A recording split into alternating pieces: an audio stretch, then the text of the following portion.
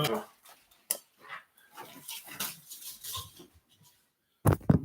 everyone, 1 second. Slight technical difficulties.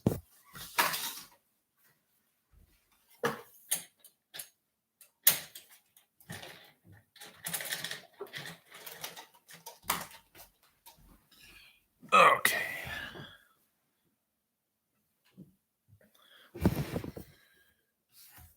Hold on.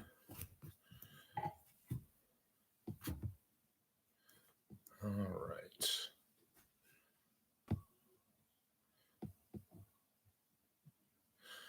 Hi, everyone. Welcome. I am going to get started here in just 1 second. Hope everyone's having a nice Saturday, or at least, as good a Saturday as possible given these circumstances. You're all going to have hopefully a better time than I am because here I am stuck drinking one of my least favorite wines, but it's an important wine in the world, so we're doing it. Sauvignon Blanc from New Zealand.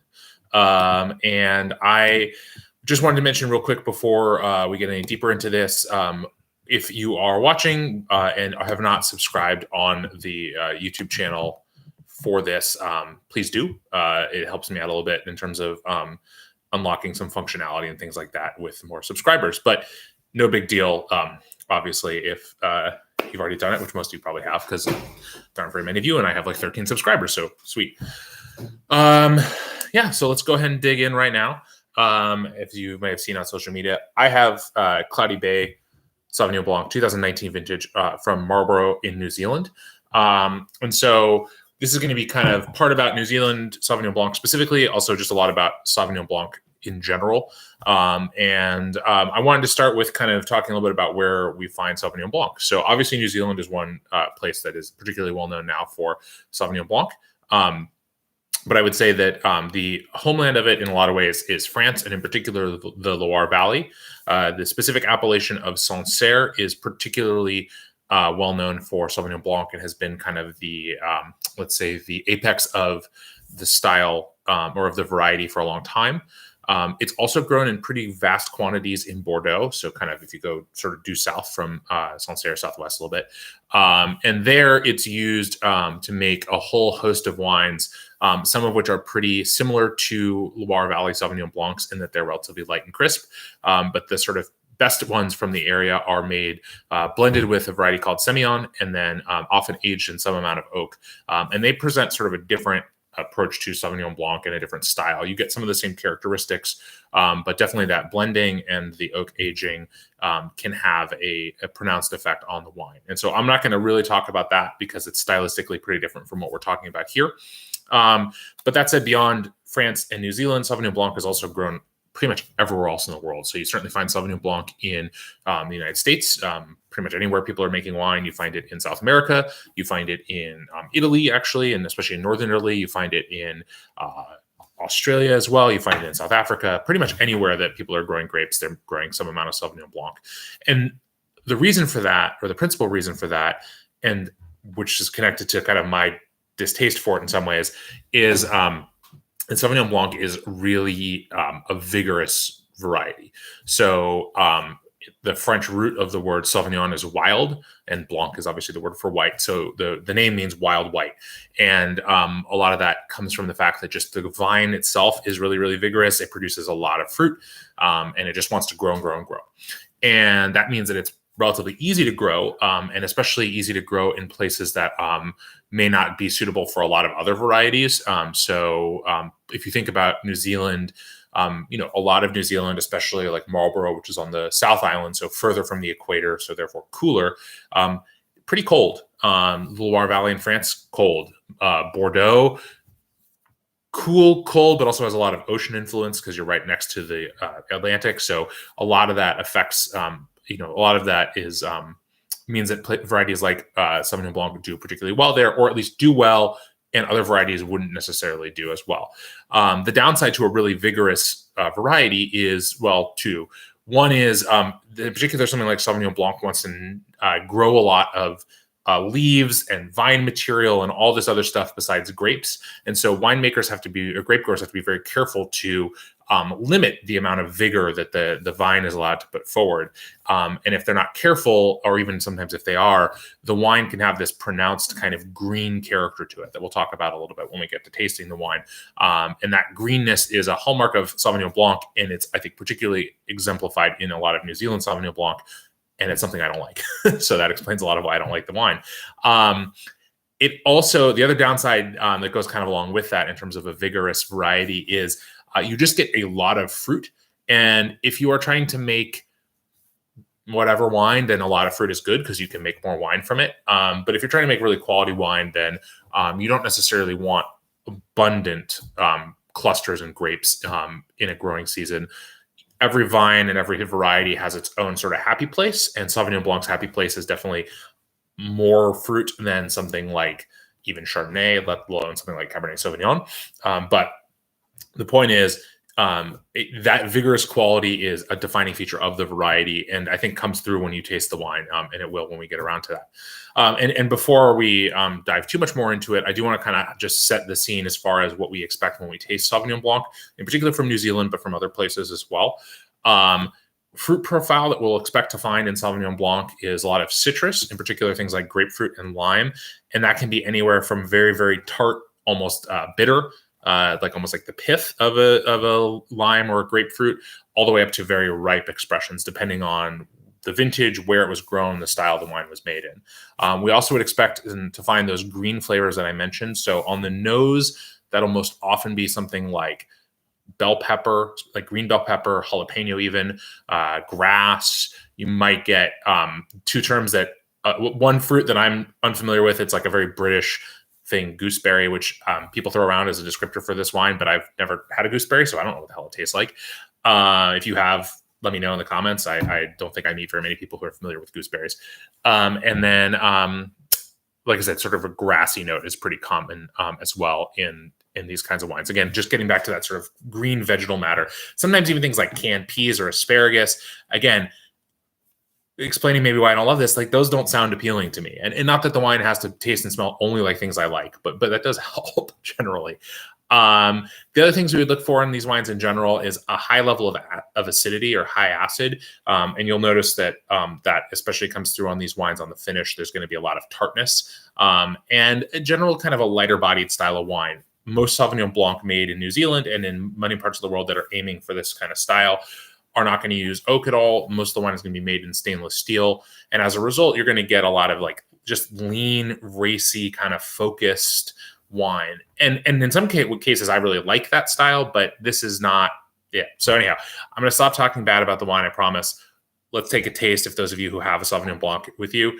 Other thing to note on these is that you're generally not going to get a lot of color out of this. Sauvignon Blanc has a variety, doesn't produce much in the way of pigment. The winemaking style is usually very kind of minimal contact with the skins, really just pressing it and taking the juice away right away. So we're going to expect to see a very kind of pale yellow, maybe even a watery look to the wine, depending on the variety, on the producer, and to some extent the quality level. Cloudy Bay is for New Zealand Sauvignon Blanc, a relatively high level producer. I decided that I was not going to subject myself to the dregs of the category because, why would I? So like I said, definitely on this one, and I imagine on a lot of yours, I really, again, that first note is of that kind of green bell pepper character. Like if you're cutting up bell peppers for whatever reason, it should be a smell that's pretty familiar. There is definitely, though, and the other thing I forgot to mention with fruit, and that, again, comes out more often in New Zealand wines, is weirdly you get this kind of juxtaposition of tart citrus fruit and also like tropical fruit. Like there's kind of a guava passion fruit note on the nose of this wine as well. Sometimes you even get something like pineapple, although I don't find that on this wine in particular.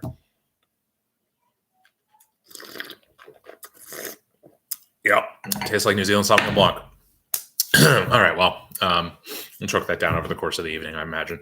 So let's talk a little bit about New Zealand as a place, right? So besides being the place that they shot all the Lord of the Rings movies, New Zealand is important to understand, or it's important to understand about New Zealand that it's remote and obviously it's islands, 2 principal islands and a bunch of small ones. But for the sake of wine, we're really just talking about the North and the South Island. Viticulture didn't really get started in New Zealand until about 200 years ago. That's when the first European vines arrived. But even then, we think about 200 years, but really Marlborough, which is where this wine that I'm drinking is from. It's probably where most of the Sauvignon Blanc that you find in the U.S. in particular is from. There weren't even commercial grapevines in Marlborough until 1973, which for some of you might be within your lifetime. And so it's not it's a relatively young industry, and it's incredibly dominated by Marlborough and by Sauvignon Blanc. 3/4 of the wine that's made in the country is made in Marlborough. The vast majority of that is Sauvignon Blanc. And really interestingly, the industry in New Zealand is, with some exceptions, and this is changing a little bit, but traditionally has been very oriented around export. We get a lot of Sauvignon Blanc here. So does England. So does other parts of the former British Empire. Nowadays, Asia gets a fair amount of it as well, especially East Asia. And the New Zealand, obviously, the people in New Zealand drink a fair bit of local wine, but they actually tend to drink things besides Sauvignon Blanc, because there is production there that is things like varieties like Chardonnay, Riesling, Pinot Gris, Pinot Noir, Syrah. But a lot of the Sauvignon Blanc is really designed and sold to people like us, assuming that no one is watching this from New Zealand. If you are, how's it going? Other things to be aware of as it comes to New Zealand. So I was mentioning, obviously, surrounded by ocean, they are islands. And really, the ocean influence is really hard to escape. There's one appellation on the North Island called Central Otago, which is the principal home for Pinot Noir in New Zealand. And that's pretty sheltered just because of the orientation of the hills and mountains. But pretty much everything else is exposed to sea air and sea influence pretty much all the time. And the effect on winemaking is actually really interesting. So it's good for Sauvignon Blanc because those cool breezes and cooler air helps slow down the ripening. So we're talking about that being an issue earlier on. And it also helps kind of keep the grapes from having issues with rot. So there's moisture coming in, true, but wind is also really beneficial to this. And Sauvignon Blanc has some issues with a particular kind of rot disease called powdery mildew. And so the ocean is obviously a huge influence. Although, interestingly, I don't find a lot of saltiness on New Zealand Sauvignon Blancs very often. I think you can find it on some of them. Maybe the really high-end bottlings, you get a little more of that real kind of oceany character. But to me, it does kind of keep the freshness alive in these wines, especially, some of the bottlings from slightly warmer parts of the island, like the North Island, which is, again, closer to the equator. And since we're in the Southern Hemisphere, that means that we're going to be dealing with the further north you go, the warmer it will be. The opposite of what we tend to think about here in the Northern Hemisphere. Speaking of, because again, we're in the Southern Hemisphere, so whereas in the Northern Hemisphere, a vintage year is really easy to understand. The fruit starts to ripen in the summer, and we pick it in the fall, and it all happens within 1 year. So a vintage date is really simple. Obviously, in New Zealand, the seasons are flipped. So you're dealing with the fruit starting to ripen in what we would think of as late fall, early winter, and then obviously being picked. It's probably all been picked by now. Certainly Sauvignon Blanc, but again, kind of in the last couple of months, and the vintage that you'll see. So, like, I have a 2019. That means that these were picked in 2019, not that not that the fruit started to grow. So that's how the vintage's dates are settled on in the Southern Hemisphere. And the last thing to note about this bottle, and I'll put it back down here again for you, is that it's got a screw cap, and screw caps are pretty much, they're not quite ubiquitous, but they are close to it in New Zealand wine. You'll see some bottlings with a traditional cork, but the screw cap has always been a big deal or just a big part of the industry in New Zealand. I think a lot of it has to do with, frankly, just kind of the youth of the industry. There isn't a centuries-long tradition of using cork, and they work really well for export. Again, the model there is so centered around export that the screw cap is less fragile. The wine is less fragile under screw cap, and the style of wine that's being made is sort of light, fresh Sauvignon Blanc. you're not going to, I mean, with very few exceptions, you're not going to age Sauvignon Blanc, especially this kind of Sauvignon Blanc. So the benefit of a cork closure is really kind of lost in a wine like this. And the ease of opening and the ease of transport of a screw cap is, in fact, preferable. So let's talk a little bit more about this. And if you guys do have Sauvignon Blanc in front of you, whether it's New Zealand or not, and are tasting it, let me know what you get in terms of flavor profile or anything like that. And it looks like we have a question. Oh, look, it's from my mom. How delightful. Hi, Mom. So she says the geology and origins of the two islands are very different. How does that affect the kinds of grapes grown on each? Good question, and one that I'm going to have to give you like a half an answer to. I think that from what I understand, and having never been to New Zealand, I can only speak about this from having read and learned. The difference in terms of the viticulture is more driven by the topography than the soil. The issue on the southern island, as alluded to by the sort of more intense the volcanic origin, is I think you have more rugged terrain in general.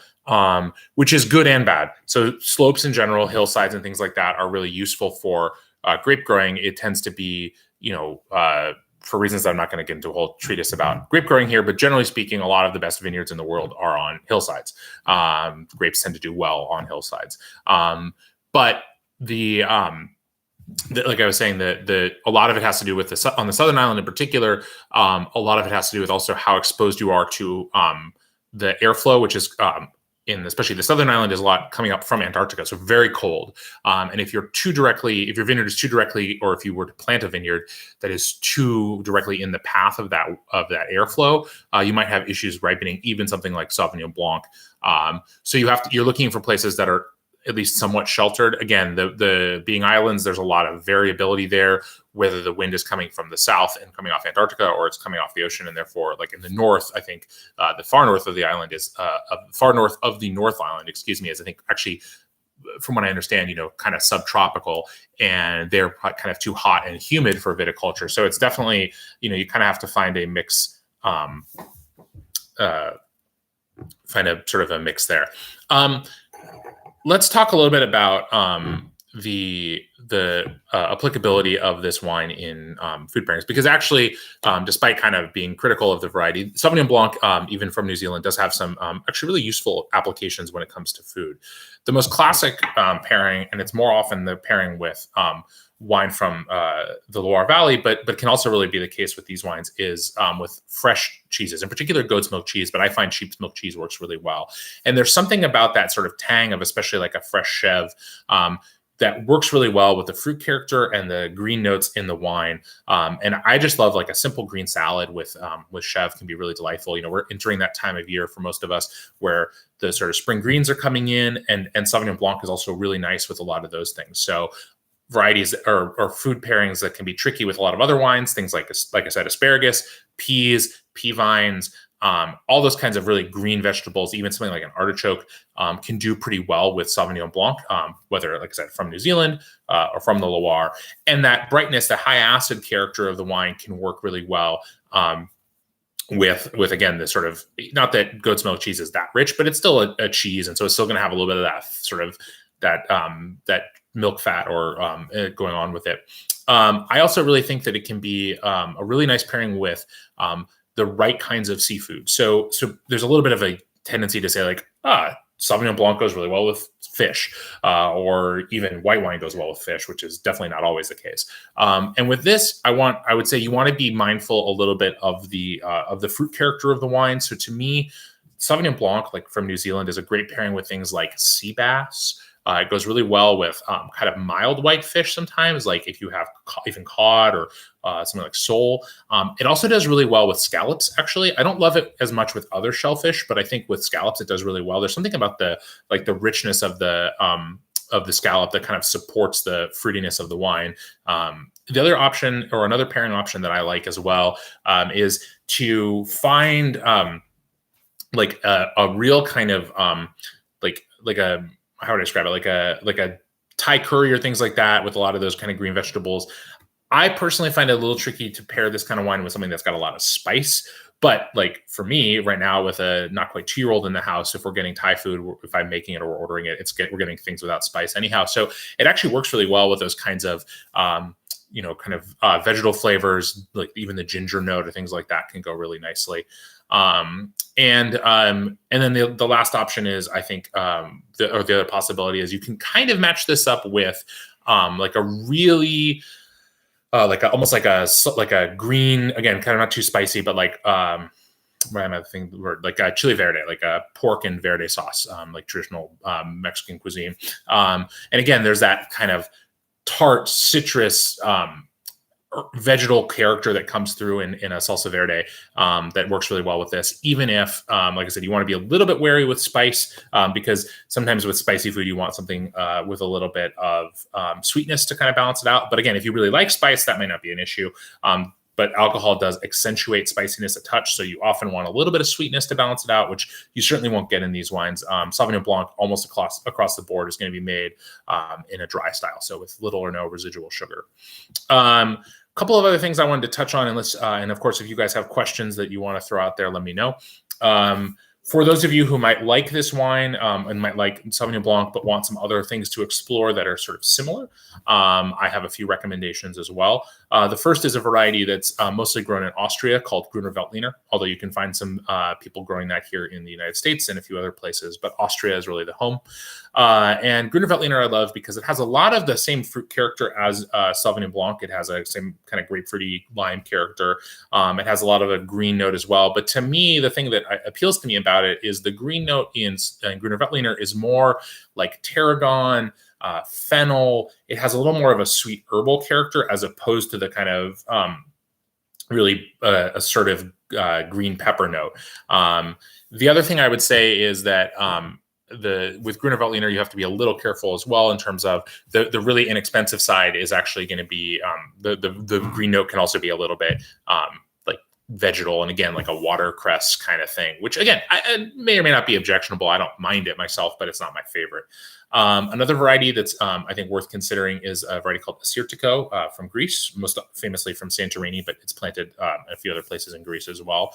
And there you're going to get not so much the same fruit profile. Assyrtiko tends to lean more towards like Meyer lemon and even a little bit of tangerine, depending on how ripe it is. But you get that nice, really bright acidity. Again, mostly grown on islands, so you have that same kind of ocean character, even if I think it's a little more obvious in Assyrtiko than it is in most Sauvignon Blanc from New Zealand. And it's just that kind of fresh, bright, very refreshing style of white wine. Two others to consider. So I wouldn't recommend Chardonnay in general, but if you particularly look at Chablis, and so Chardonnay from a specific part of France, in the sort of technically in the very northwest part of Burgundy. And here I would look at the two kind of lower tiers of the classification system in Chablis. That would be Petit Chablis and Chablis, because they will be more likely to be made in the similar style: stainless steel, bright, crisp, fresh. If you get to the Premier Cru and Grand Cru levels of Chablis, you're starting to see a lot of oak, or a lot of oak. And I really like those wines, but they're not going to be all that similar to this. And then the last option would be to look at another variety called Chenin Blanc, which hails from the Loire Valley as well, to the west of where Sancerre is. And Chenin Blanc will, again, have a slightly different fruit profile, a little more sort of apple, pear character. But again, a lot of acidity, freshness, especially if you look for Vouvray, which is one village, Mont-Louis-sur-Loire. And if you look for them in the sec or dry styles, they range in style. There can be some sweeter styles, which again wouldn't necessarily line up super well with this, but can be super tasty as well. And they offer, again, that sort of bright acid, freshness, but a little bit different fruit profile. And Chablis and Chenin Blanc from the Loire and from other places as well won't have typically that sort of green note. And again, if you like that, then Sauvignon Blanc, Gruner Veltliner, those are varieties for you. If you're like me and you don't so much care for that in white wine, then those other varieties might fit the bill and be similar enough that they are enjoyable to you, but maybe offer something different. I don't know if anyone else has any questions or anything else they want to throw out there. I've I think hit my last points here. I'm trying to remember if there's, let me look at I got my notes here. Of course, I should take a look here, make sure I didn't forget something. No, I think we're pretty good. Yeah. So Coming up next week, we'll pull on Wednesday. We'll do Côte d'Aron, so red blend from the south eastern part of France. And then I think next Saturday, maybe we're going to try something a little fancier. We'll go with a Barbaresco. So if you've got Nebbiolo from Barbaresco, Barolo, or even a Longue Nebbiolo, be a great time to open that. And I think for Saturday, still figuring this out, but we will try to have maybe a suggested pairing as well. If you feel like spending some time cooking, it won't be anything too complicated, I promise. But anyhow, as I mentioned at the outset, thank you guys for watching. Appreciate it. Hopefully you're having fun. If you haven't already subscribed, please do so. You should be able to do that maybe from this live stream, or if not, you can do it on the channel page. And please let me know if you have any thoughts on any varieties, styles of wines, specific wines you want me to cover, topics, etc. I am doing whatever you guys want because that's what we're at. Anyhow, again, thank you so much for watching. And I will see you on Wednesday at the same time, 5:30. And please be well.